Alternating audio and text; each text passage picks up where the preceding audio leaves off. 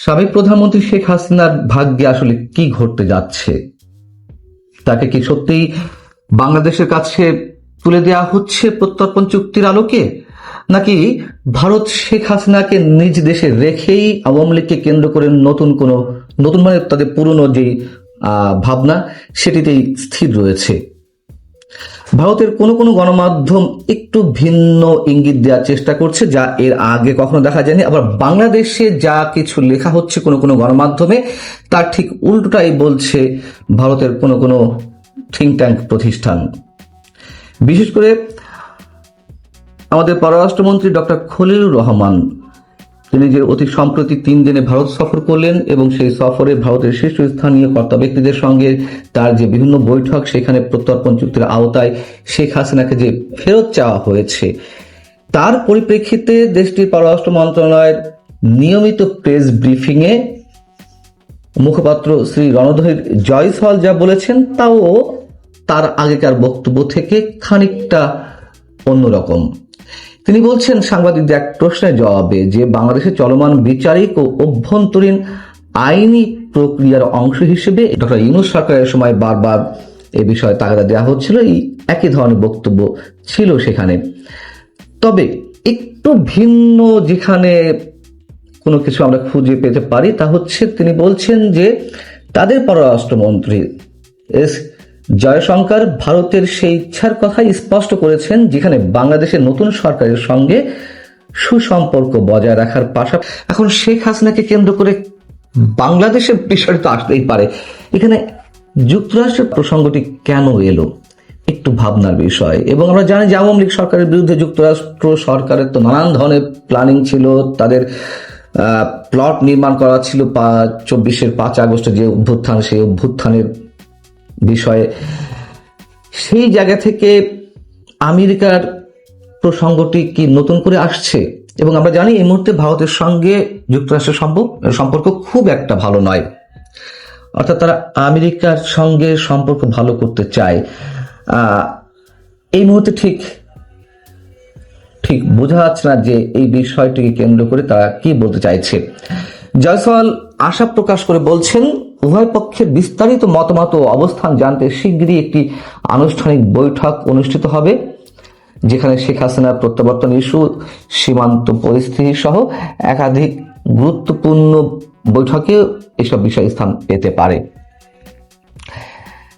রণধীর জয়সওয়ালের এই বক্তব্যের পরিপ্রেক্ষিতে ভারতের অন্যতম প্রভাবশালী গণমাধ্যম দ্য হিন্দুস্তান টাইমস তারা যে শিরোনামটি করেছে তা হচ্ছে এরকম: in subtle shift, India Sage Sheikh Hasina's extradition request being examined. এই যে সাবটেল শিফট মানে একটা সূক্ষ্ম পরিবর্তনের কথা বলা হচ্ছে জয়সওয়ালের বক্তব্যকে। এখানে বলা হচ্ছে যে এই বিষয়ে ভারতের অবস্থানে একটি সূক্ষ্ম পরিবর্তন এসেছে, যা 8 এপ্রিল নয়াদিল্লিতে বাংলাদেশের পররাষ্ট্রমন্ত্রী খলিলুর রহমানের সঙ্গে ভারতের পররাষ্ট্রমন্ত্রী এস জয়শঙ্করের সাক্ষাতে উত্থাপিত হয়েছিল। বিশেষ করে ঢাকার নতুন সরকারের সঙ্গে একটি কার্যকরী সম্পর্ক গড়ে তোলার উপর ভারতীয় পক্ষের মনোযোগের পরিপ্রেক্ষিতে এই পরিবর্তন এসেছে।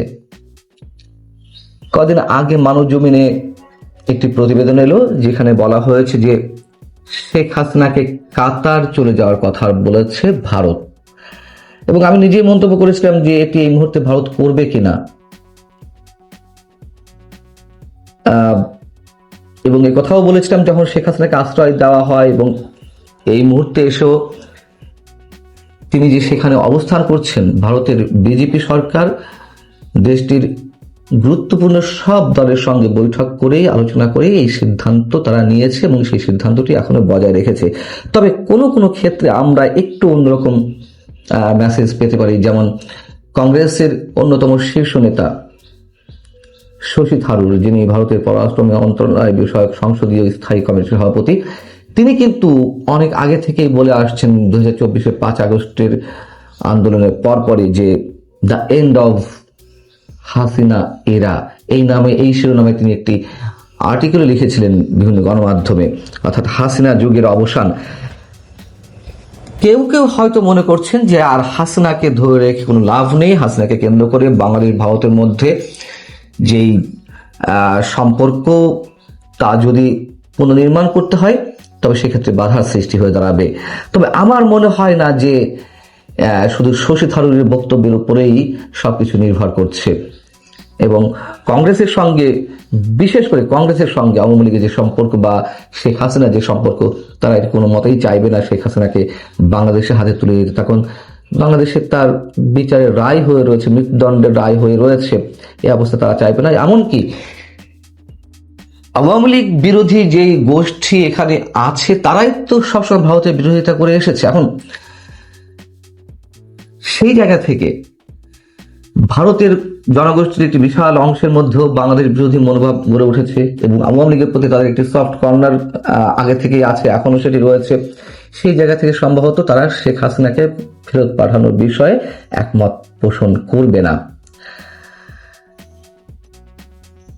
এই প্রসঙ্গে যদি আমরা একটি খুবই গুরুত্বপূর্ণ প্রতিষ্ঠানের বক্তব্য তুলে ধরি, অনেকটা পরিষ্কার হওয়া যায়। যেমন দিল্লি ভিত্তিক think tank ORF, observer research foundation, তারা তাদের একটি লেখায় বলছে, যে লেখাটি মাত্র কয়েক ঘন্টা আগে প্রকাশ পেয়েছে, সেখানে বলা হচ্ছে যে ডক্টর খলিলুর রহমানের সফরের সময় অজিত দোভাল, ভারতের নিরাপত্তা উপদেষ্টা, এবং জয়শঙ্কর, ভারতের পররাষ্ট্রমন্ত্রীর সঙ্গে যে আলোচনাগুলো হয়েছে সেখানে খুব স্বাভাবিকভাবেই প্রত্যর্পণ চুক্তির বিষয়টি উঠে এসেছে। এবং এখানে বলা হচ্ছে, বাংলাদেশের আন্তর্জাতিক ট্রাইব্যুনালে দোষী সাব্যস্ত হওয়ার পর ইউনূস প্রশাসন এর আগে সাবেক স্বরাষ্ট্রমন্ত্রী আসাদুজ্জামান খান কামালের পাশাপাশি হাসিনাকেও আনুষ্ঠানিকভাবে প্রত্যর্পণের আবেদন জানিয়েছিল। ভারত যদিও আগে বলেছিল যে আইনি ও অভ্যন্তরীণ প্রক্রিয়ার মাধ্যমে বিষয়টি খতিয়ে দেখা হচ্ছে, একই বক্তব্য যেটি একদিন আগে শ্রী রণধীর জয়সওয়াল বললেন। এখানে বলা হচ্ছে, তবে এরপর থেকে তারা প্রকাশ্যে সতর্ক অবস্থান বজায় রাখছে। একই সাথে ইনকলাব মঞ্চের সাবেক আহ্বায়ক ওসমান হাদির সন্দেহভাজন হত্যাকারীদের ফেরত পাঠানোর ব্যাপারে ভারতের আগ্রহ ঢাকার উদ্বেগের প্রতি এক ধরনের সংবেদনশীলতার ইঙ্গিত দেয়, যে তারা এক বাক্যে রাজি হয়ে গেছে, হ্যাঁ, হাদির হত্যাকারীদের ফেরত পাঠাতে প্রস্তুত ভারত। এখানে বলা হচ্ছে, এটি এই ক্রমবিকাশমান সম্পর্কে একটি গুরুত্বপূর্ণ কূটনৈতিক পার্থক্য তুলে ধরে। যদিও কিছু রাজনৈতিকভাবে সংবেদনশীল বিষয়ে সহযোগিতা সম্ভব হতে পারে, হাসিনার বিষয়টি অনেক বেশ কঠিন। এই বিষয়গুলো হয়তো অনেক ক্ষেত্রে সহজ, কিন্তু হাসিনার বিষয়ে সিদ্ধান্ত নেওয়াটা খুব কঠিন বিষয় বাংলাদেশের কাছে তাকে ফেরত পাঠানোর ক্ষেত্রে, বিশেষ করে এর সাথে যুক্ত মৃত্যুদণ্ডের কারণ। নয়াদিল্লির জন্য প্রত্যর্পণের যে কোনো পদক্ষেপের আইনি, রাজনৈতিক এবং সুনামগত পরিণতি রয়েছে, তাই উভয় পক্ষই বিষয়টি সংযমের সাথে বিবেচনা করছে এবং অন্যান্য গুরুত্বপূর্ণ খাতে সহযোগিতাকে হাসিনা সংক্রান্ত প্রশ্ন দ্বারা প্রভাবিত হওয়া থেকে বিরত থাকার চেষ্টা করছে। অর্থাৎ যেটি শ্রী রণধীর জয়সওয়াল উল্লেখ করেছেন, বাংলাদেশের সাথে ভারতের অন্যান্য দ্বিপাক্ষিক যে সম্পর্ক সেগুলো আরো গভীর করা হবে। এখন গভীর করতে গিয়ে শেখ হাসিনা বিষয়টি যদি বাধার কারণ হয়ে দাঁড়ায়, নিশ্চয়ই তারা সেটি খুব সতর্কতার সঙ্গে হ্যান্ডেল করবে। অর্থাৎ শেখ হাসিনা বিষয়টি তারা এর সঙ্গে অন্তর্ভুক্ত করতে চায় না সম্পর্ক উন্নয়নের ক্ষেত্রে, এটি ORF বলছে। যেটি আপাত দৃষ্টিতে মনে হচ্ছে আমাদের বিএনপি সরকার, তারা আওয়ামী লীগের রাজনীতি ওপেন করতে চায়। সন্ত্রাস বিরোধী আইনটাকে নতুনভাবে যে রেটিফাই করা হলো, তার মাধ্যমে আওয়ামী লীগ সহজে আর রাজনীতি ফিরতে পারছে না। তবে ভিতরে আরো অনেক কারণ রয়েছে, অনেক উপায় রয়েছে, সেগুলো সম্পর্কে এর আগে আলোচনা করেছি। তবে শেখ হাসিনাকে মাইনাস রেখে শেখ হাসিনাকে সম্ভবত বিএনপি চায় না। আওয়ামী লীগ আসুক, ফিরে আসুক, তাতে তাদের কোনো আপত্তি নেই, কিন্তু শেখ হাসিনাকে মাইনাস করার প্রশ্নে ভারতের ভূমিকা কি হবে সেটি অনেক বড় প্রশ্ন। এত সহজে সিদ্ধান্ত নেওয়া যায় না যে ভারত তাতে রাজি হয়ে যাচ্ছে। হয়তো অল্প সামান্য কয়েকদিন আমাদের অপেক্ষা করতে হবে, এবং এই কদিনের মধ্যে আমাদের সামনে সবকিছু স্পষ্ট হয়ে উঠবে আসলে শেষাংশটা কি হতে পারে। আপাতত আওয়ামী লীগের যে রাজনৈতিক কার্যক্রম নিষিদ্ধ হয়েছে সেই বিষয়ে